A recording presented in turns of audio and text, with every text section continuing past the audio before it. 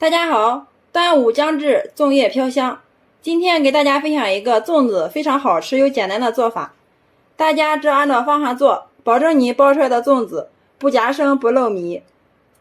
很多朋友在煮粽子的时候都是直接加水煮，其实那样就错了。我们只需要多加入2样食材，保证你煮出来的粽子软糯香甜，一点都不夹生哦。其实方法非常简单，下面我们跟着视频看一下是怎么做的吧。首先，大碗中准备500克的圆糯米，加入少许的长江水，给它清洗一下，洗去糯米表面的灰尘和杂质。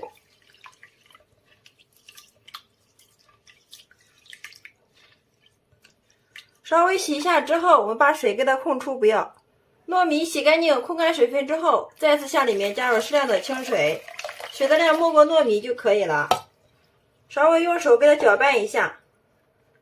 放到冰箱冷藏浸泡1个晚上，然后我们另准备一个小碗，加入30克的红豆、30克的绿豆、30克的红米、30克的花生、30克的玉米粒，还有适量的红枣，全部加进来之后，再往里面加入适量的长江水，把它们清洗一下。洗好之后，我们把水给它倒出不要，控干水分之后，再次向里面加入适量的清水。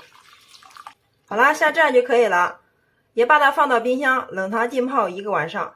利用这个时间，我们烧一锅开水，把提前准备好的粽叶放进来给它烫一下。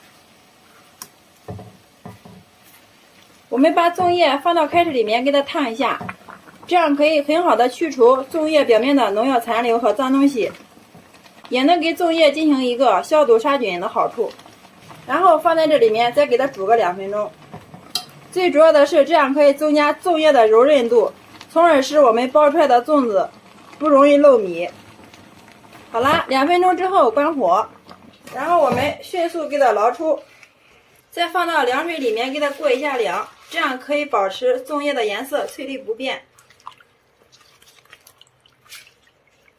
看一下糯米泡好水之后是这个样子的，用手轻轻的一捻都碎掉了，像这样就说明好了。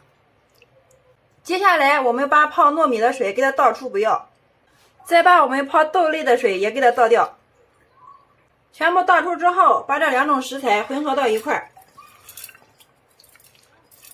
然后再给它搅拌均匀。搅拌均匀之后，像这样就可以了。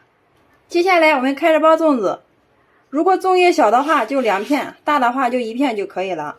我们取2张粽叶，给它重叠到一起，光的这一面朝上，有毛的这一面朝下。重叠好之后，在粽叶的1/3处我们给它折过来，折成一个漏斗的形状，放上1份糯米，再放一个红枣，喜欢吃甜的可以放上2颗冰糖，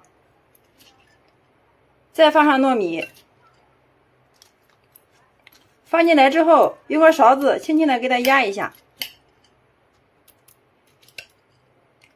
大小可以根据个人的喜好来定。全部压好之后，然后大家看好了啊，从这个地方给它折过来，折过来之后，然后再把这个粽叶多余的部分给它折过来，全部折好之后，取一根绳子给它绑过来，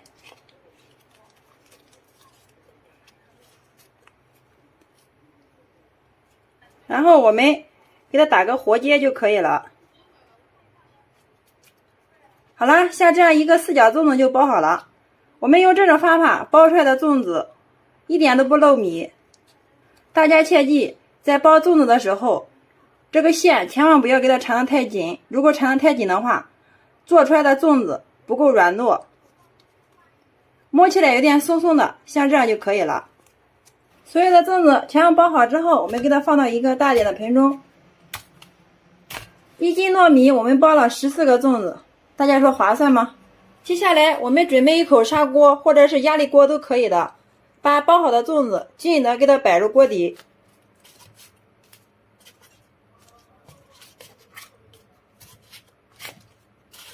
所有的粽子全部放进来之后，接着往里面加入适量的冷水，水的量没过粽子就可以了。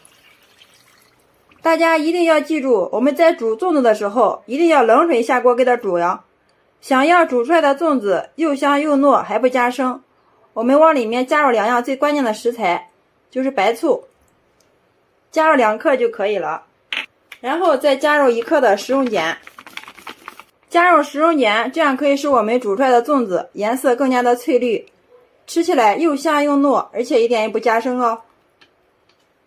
全部加进来之后，然后开大火。好了，像这样就可以了。然后盖上盖子，大火烧开。烧开之后转小火慢煮2个小时。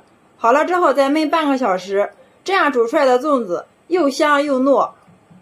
时间到了之后，我们又焖了半个小时，然后打开看一下，哇，非常的漂亮，粽香四溢啊！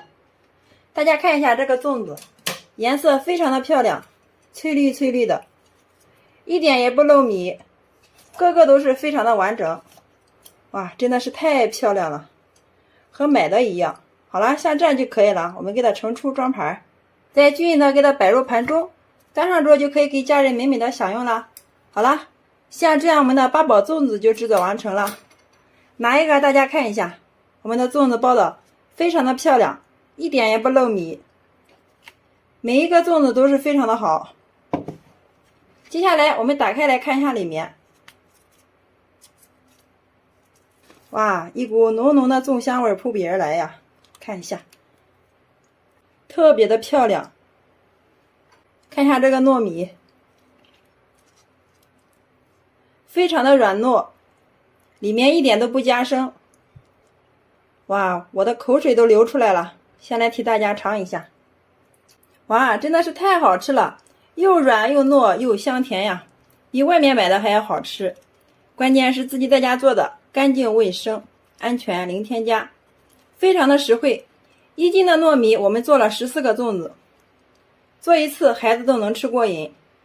学会了这个方法，保证你包出来的粽子不加生也不漏米，里面加入了红枣、红豆、花生、玉米粒、绿豆，营养也是非常的全面哦。每次粽子这样包，连吃3个都不过瘾，大人小孩都是抢着吃。喜欢的朋友可以收藏起来，赶紧做给家人尝尝吧。好啦，今天给大家分享包粽子的小技巧以及煮粽子的方法就到这里啦。大家如感觉我的视频对你有所帮助的话，麻烦动动您发财的小手，帮忙评论转发支持一下吧。非常感谢你的观看与支持，我们下个视频再见。